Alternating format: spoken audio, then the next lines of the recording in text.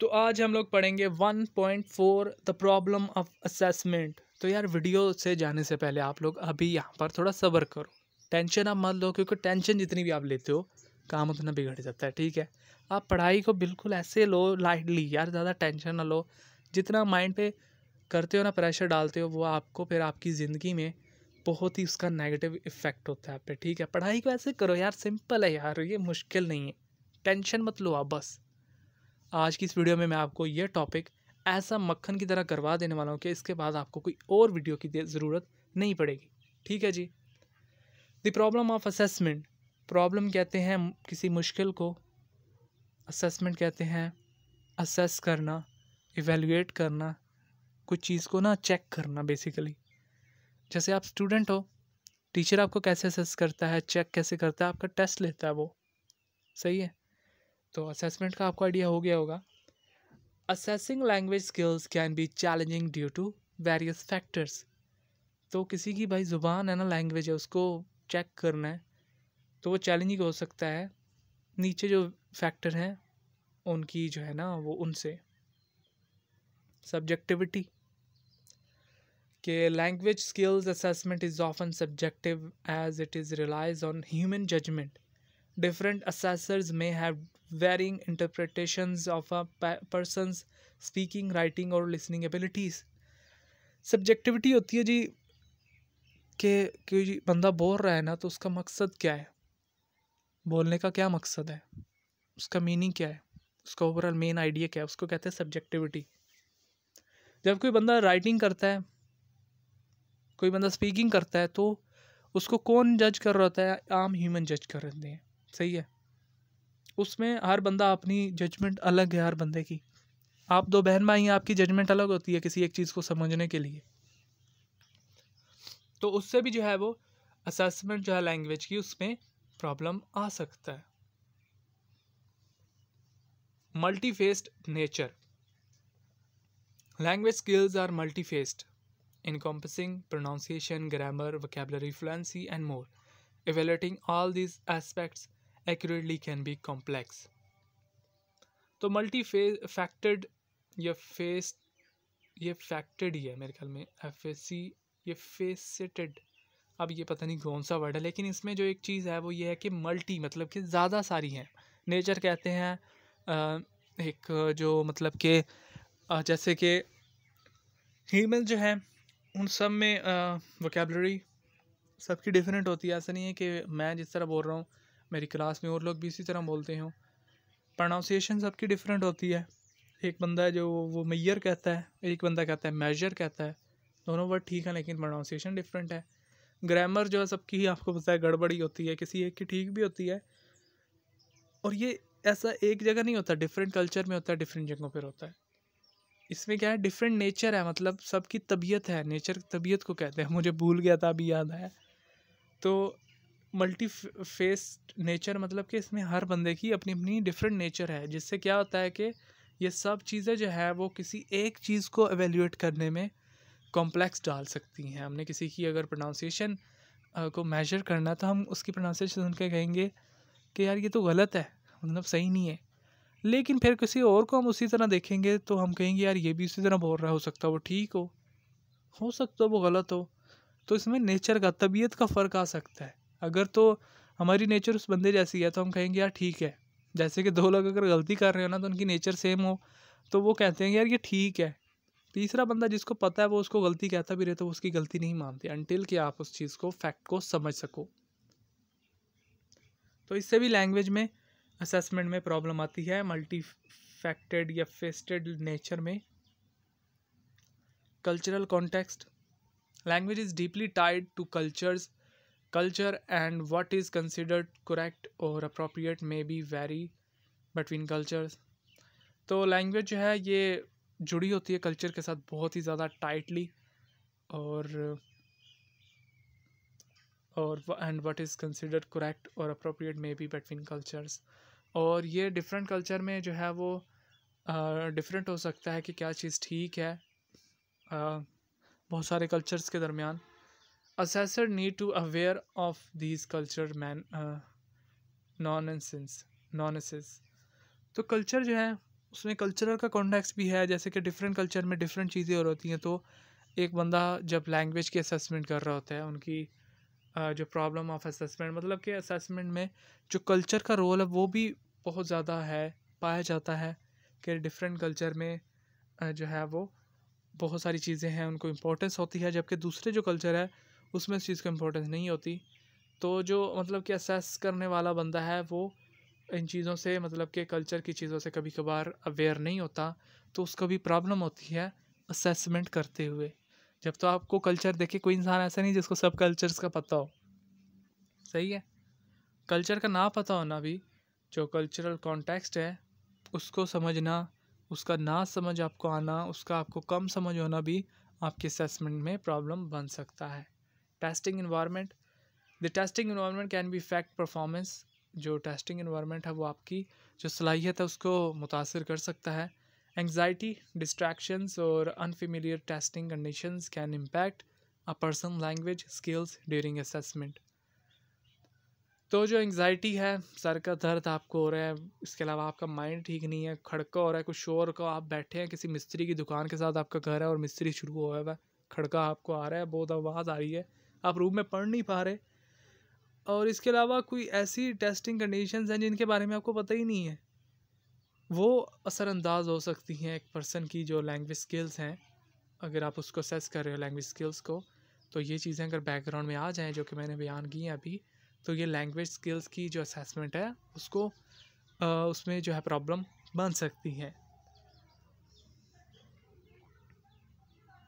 Testing environment हो गया। Interaction versus isolation, interactions versus isolation. Assessment often occurs in isolations, whereas real life natural context can limit the assessment validity. Sorry, हमने ये गलत पढ़ लिया, थोड़ी एक लाइन मिस कर दी। Assessment often occur in isolation whereas real life language use happens in social interaction. Isolation, isolating language skills from their natural natural context can limit the assessment's validity. तो assessment जो है आमतौर पर often occur in isolation। तो assessment जो होती है ना वो एक आइसोलेशन में होती है, मतलब कि उसकी ना जब आप किसी चीज़ को, फॉर एग्जांपल मैं आपको ना असेस कर रहा हूँ, आपकी बाइक आप कैसे चलाते हो, जब मैं आपको असेस करूँगा ना तो आप उस तरह से नहीं चला सकते जिस तरह आप अपनी विदाउट असेसमेंट के चला रहे होते हो। तो उसका ना एक आइसोलेशन होती है उसकी जो असेसमेंट की। Whereas real life language use happens in social interactions. तो लेकिन जो हम लोग आम तौर पर अगर आप बाइक चलाते हो पब्लिक में तो आप उतने टेंशन में आप नहीं आते, जब आप जो है वो असेसमेंट आपकी हो रही हो तब आप आ जाते हो। तो इसमें भी यही कहा गया है कि जब हम सोशल इंट्रैक्शन में लैंग्वेज की यूज़ करते हैं और जब हम असेसमेंट में करते हैं तो बड़ा डिफरेंस होता है, बड़ी हम आइसोलेटेड हो जाते हैं। Isolating language skill from there natural context can limit assessment validity. तो जब आप असेसमेंट कर रहे होते हो तो फिर उसमें अगर कोई इस तरह की चीज़ें आ जाएँ, लैंग्वेज स्किल्स जो है नेचुरल कॉन्टेक्स्ट से अगर आ जाएँ तो आपको उसमें आपकी असेसमेंट बहुत जो है वो मतलब उसकी असेसमेंट की वैलिडिटी जो है ना वो उस तरह से नहीं होती जिस तरह से वो एक बंदा एक आज़ाद इन्वायरमेंट में रह कर जो है अपनी लैंग्वेज को इंटरेक्शन के लिए यूज़ कर रहा होता है। तो आपने यहाँ पर इंट्रैक्शंस और आइसोलेशन का कॉन्सेप्ट समझ लिया है। Resource intensity, comprehensive language assessment often require trained assessors and resources for scoring and feedback, making it resource intensive. तो जो comprehensive language assessment है ये आम तौर पर इनके लिए क्या रिक्वायरमेंट होती है जी, trained assessor जो है ना, और इसके अलावा resources भी चाहिए होते हैं एक अच्छा फीडबैक बनाने के लिए, और ये जिसकी वजह से रिसोर्स इंटेंसिटी जो है इसमें बढ़ जाती है, और इसके लिए रिसोर्स चाहिए होते हैं, आपको ट्रेनिंग चाहिए, आपको सामान चाहिए जो असेसमेंट का होता है, इसके अलावा आपको कोई प्लेटफॉर्म चाहिए, कोई ऐसी जगह चाहिए जहाँ पर आप असेसमेंट कर सको, और इसके लिए आपको टीम एक चाहिए जो आपका काम कर सके, या आपको कुछ लोग चाहिए। तो इसमें क्या है जी, रिसोर्स इंटेंसिटी होती है। Bias and fairness. Language assessment can be biased and towards specific as accent or delicate disadvantages. individuals who do not conform to these norms. Ensuring fairness and inclusivity is a challenge. तो language की assessment में एक problem ये भी आती है कि अगर आपका कोई जानने वाला है, आप बलोची हो, तो आपका कोई बलोची बंदा है जिसकी आपने असेसमेंट करनी है और एक पंजाबी है, तो आपकी उसमें बाइसनेस आ सकती है कि आप बलोची को ज़्यादा नंबर दो असेसमेंट में और जो आम बंदा है पंजाबी उसको कम दो। हो सकता है कि पंजाबी को ज़्यादा उर्दू आती हो, बलोची को कम आती हो। तो आपकी अगर बाइसनेस उसमें आ गई और आपकी फेयरनेस उसमें ना हुई, तो ये एक असेसमेंट में प्रॉब्लम हो सकती है कि आप एक तरफ से बाइस हो सकते हो, आप अपने बलोची भाई का साथ दे सकते हो, हालांकि वो हक पे ना हो, वो ठीक ना हो, वो गलत हो, फिर भी आपके कल्चरल और एक्सेंट उस बंदे की आपको पसंद है उर्दू की, हालांकि उर्दू उसको सही नहीं आती, बलोची है वो, आप भी बलोची हैं, लेकिन उर्दू पंजाबी को सही आती है, लेकिन आपने बाइसनेस शो की और आपने बलोची को कहा कि ये ठीक है। तो बाइसनेस और फेयरनेस भी नहीं होनी चाहिए, और ये भी एक प्रॉब्लम है असेसमेंट में। Standardisation, developing standardization language assessment that are valid and reliable across diverse population and context can be significant challenge. Standardization जो है, developing standardization language assessment that are valid and reliable across diverse population, तो developing मतलब जो standard है language को assess करने का, वो ही एक सही और रिलायबल तरीका है बहुत सारी पॉपुलेशन को। अगर आपने एक कॉन्टेक्स्ट में अगर आपने जो है वो उनकी असेसमेंट करनी है, तो उसमें जो स्टैंडर्ड एक तरीका है उसको अपनाना ज़रूरी है। लेकिन अगर आप उसको नहीं अपना रहे, स्टैंडर्ड जो एक चीज़ है, स्टैंडर्ड असेसमेंट का जो एक तरीका है, अगर आप उसको नहीं अपना रहे, तो ये भी एक असेसमेंट में प्रॉब्लम आ सकती है।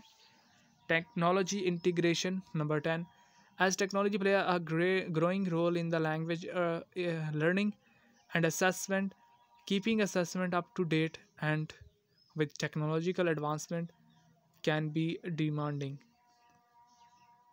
तो इसमें क्या है जी कि टेक्नोलॉजी जो है वो बहुत ही ज़्यादा अहम रोल प्ले करती है ज़ुबान की सीखने के अमल में, और असेसमेंट जो है यानी कि उसका जायज़ा लेने में। Keeping assessment up to date with technological advancement, तो आपने मतलब कि जो अपनी असेसमेंट है उसको टेक्नोलॉजी के हिसाब से भी अपडेट रखना है, जितनी उसकी डिमांड है उस हिसाब से आपने अपनी टेक्नोलॉजिकल एडवांसमेंट को, जो टेक्नोलॉजी के मुतालिक चीज़ है आपके पास मतलब कि कोई सॉफ्टवेयर है जो कि असेस करता है, आपके पास कोई ऐसा मेथड है टेक्नोलॉजिकल जो असेसमेंट के लिए इस्तेमाल होता है, तो आपने उसको अपडेट भी करना है। ऐसा नहीं है कि आप 1960 के सॉफ्टवेयर से आप अभी 2023 की किसी भी इंसान की लैंग्वेज को असेस करो, ऐसा नहीं हो सकता। Life long learning, language skill evolve and develop over time, assessing the language skill of individual engage in life long learning can be complex. तो लैंग्वेज जो है वो क्या है जी, इवॉल्व और डिवॉल्व होता रहता है टाइम के साथ साथ, और assessing the language skill for individual engage in life long learning can be complex. तो किसी भाई बंदे की लैंग्वेज स्किल को आपने, किसी इंसान की को अगर आपने असेस करना है, तो वो जो है ना उसकी जो लाइफ लॉन्ग लर्निंग है उससे अगर आप कंपेयर करो, तो वो जो है वो उस थोड़ा मुश्किल हो सकता है, कॉम्प्लेक्स हो सकता है, उसमें डिफ़िकल्टी हो सकती है, वो हो सकता है समझ से बाहर हो या उसमें कोई कॉम्प्लेक्सिटी हो, ऐसा भी मुमकिन हो सकता है। और जो लर्निंग है, लाइफ लॉन्ग लर्निंग, इसका भी यही मतलब है कि असेसमेंट जो है वो लाइफ लॉन्ग लर्निंग से भी इंस्पायर्ड है।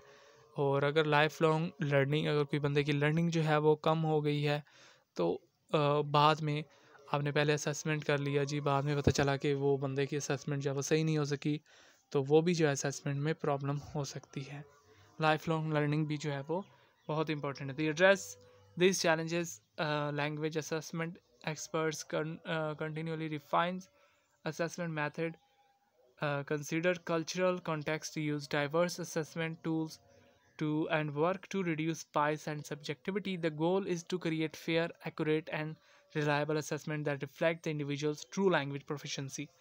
तो भाई देखो, एक बंदे की लैंग्वेज आपने असेस करनी है, तो आप वो मेथड अपनाओ, वो चीज़ें अपनाओ जो कि इम्पोर्टेंट हैं, जो ज़रूरी हैं, जो बेहतर समझी जाती हैं, और इसमें आप वो चीज़ें ना अपनाओ जो कि बुरी हैं। बायसनेस आप बायस